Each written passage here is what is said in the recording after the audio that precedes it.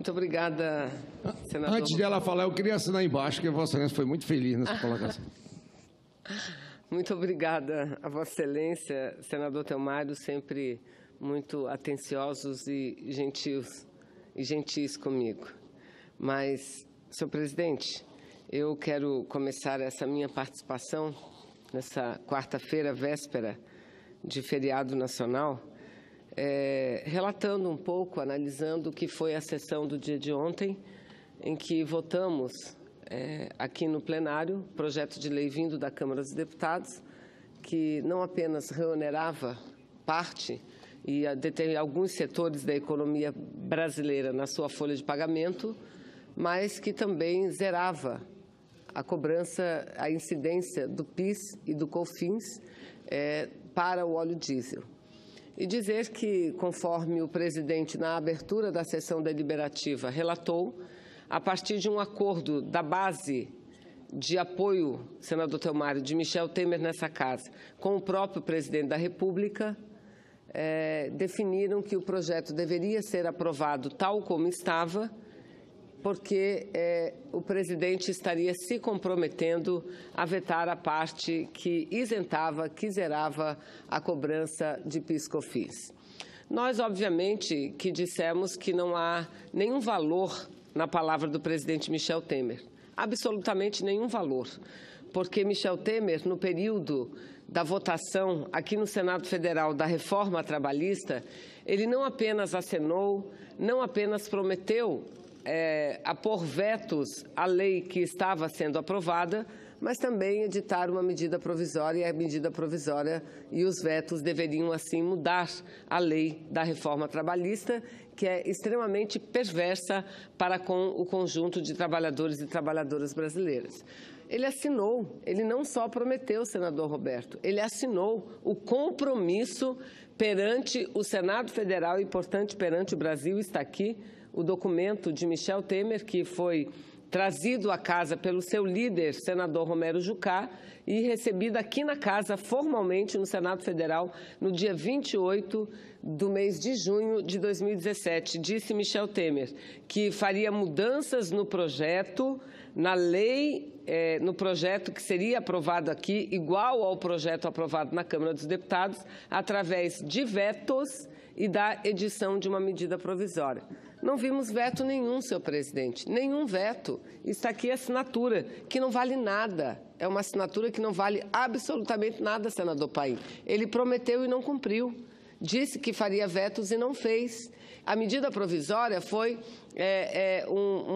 uma história para inglês ver, porque foi uma medida provisória editada, a comissão aqui chegou a ser instalada, escolhido um presidente que renunciou, senador Telmário, e nunca mais foi substituído. Ou seja, eles não queriam mudar a reforma trabalhista, queriam que a reforma trabalhista fosse tal qual aquela aprovada na Câmara e repetida aqui no Senado Federal, que, repito, retira direitos, somente isso, dos trabalhadores e trabalhadoras brasileiras.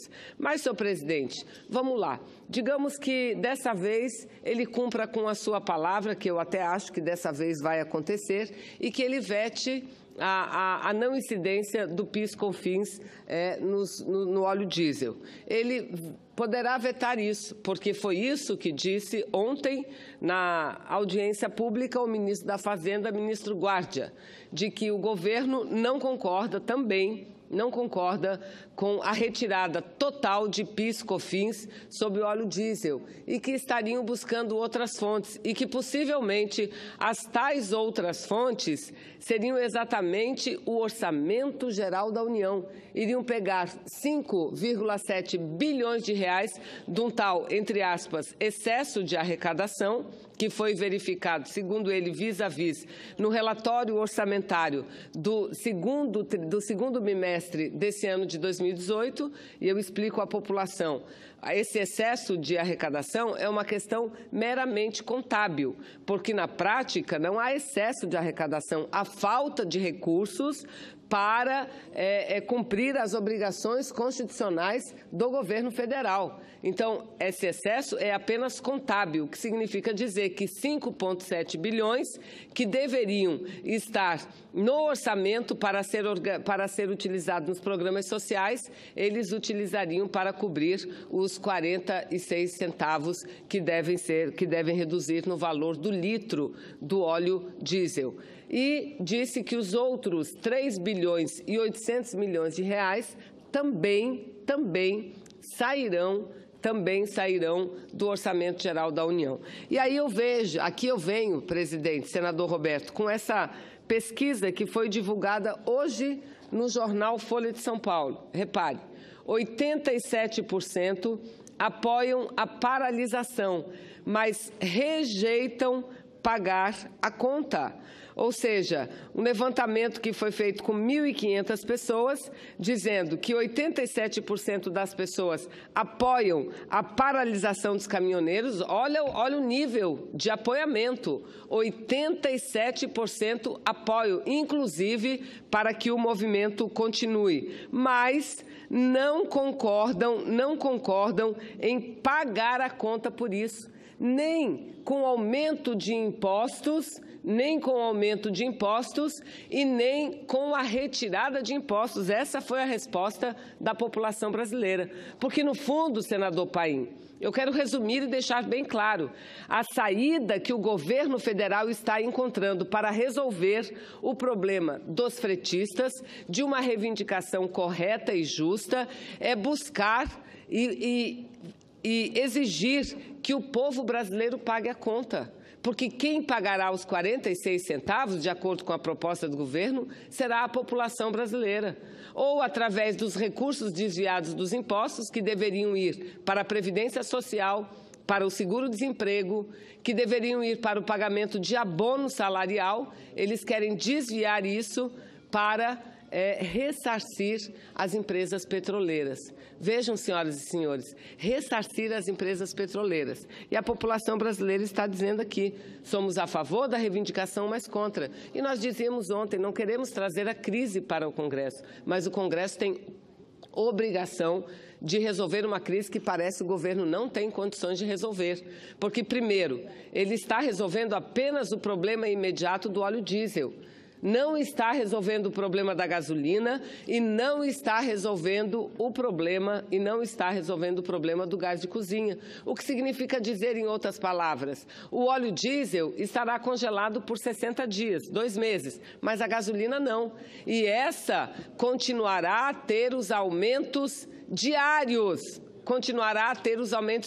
Absurdos. E está aqui. Ontem eu já mostrei esse dado que a imprensa toda publicou. O valor do óleo diesel hoje no Brasil está igual ao valor do óleo diesel em 2008, quando um barril de petróleo, senadora Lídice, custava $140. Igual. Então, hoje o barril é $80. O barril do petróleo hoje é comercializado por $80. E o valor do óleo diesel no Brasil está igualzinho ao de 2008, quando era comercializado o barril de petróleo a 140. E eu pergunto às senhoras e senhores, e se eu continuar aumentando o barril do petróleo, que tudo indica que deverá continuar aumentando? O que ele vai? A que nível ele vai elevar o valor da gasolina, o valor do gás de cozinha e o próprio valor do diesel depois dos 60 dias? Então, isso é um equívoco.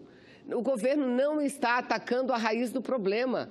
O governo está tapando um santo, destapando outros. Está jogando para a população um ônus de uma crise que não foi a população que é responsável por isso. Então, é por isso, e eu encerro, presidente, se Vossa Excelência me conceder 1 ou 2 minutinhos, apenas para registrar que no dia de ontem nós concluímos a coleta da assinatura, e eu tenho aqui um pedido, um requerimento de CPI que já foi protocolado ontem protocolado, e, aliás, eu comuniquei na reunião de líderes, comuniquei aos líderes, ao presidente Eunício Oliveira, e obtivemos mais de 30 assinaturas, senadora Lídice. Uma CPI que solicita a instalação de uma CPI, que não é igual a essas CPIs que nós temos. Seria uma CPI extremamente técnica, uma CPI silenciosa, porque é uma CPI, segundo a proposta, que deverá ser lida, não a votação, apenas lida e instalada, uma CPI para trabalhar durante 30 dias somente. 30 dias. CPIs aqui podem ter duração até 180 dias, é o que cada uma delas tem. Essa não. Essa é para atuar numa questão emergencial, por 30 dias para verificar o quê? Para analisar, para estudar, senadores, a política de preços da Petrobras, para estudar a política e ver de desinvestimento da Petrobras, que tem diminuído a nossa capacidade de refino. É só para isso. É só para isso, porque todos aqui dizem da necessidade de abrir a caixa preta, não só da Petrobras, mas da própria política de combustíveis no Brasil. Porque quem vai ganhar com essa medida de subvenção não são só os acionistas da Petrobras, é a Shell.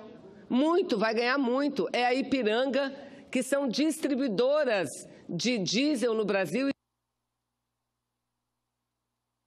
Nesse exato minuto, e segundo o ministro ontem, 25% do óleo diesel distribuído e comerciado no Brasil é importado. E geralmente por essas importadoras estrangeiras, essas grandes petroleiras, Ipiranga, Shell, elas que vão ganhar, ou seja, o povo brasileiro terá que pagar, ou através dos cortes no orçamento, ou através de outras receitas, mas que virão do governo federal, e essas receitas deverão vir para ressarcir as petroleiras estrangeiras através de uma medida provisória que, segundo o governo, deverá editar. Então, eu quero dizer que nós estamos no caminho certo. A luta continua. Senador, 87%, senador Romero Jucá, que chega ao plenário, 87% da população brasileira não só apoia os caminhoneiros, mas é contra a saída que o Senado acenou no dia de ontem.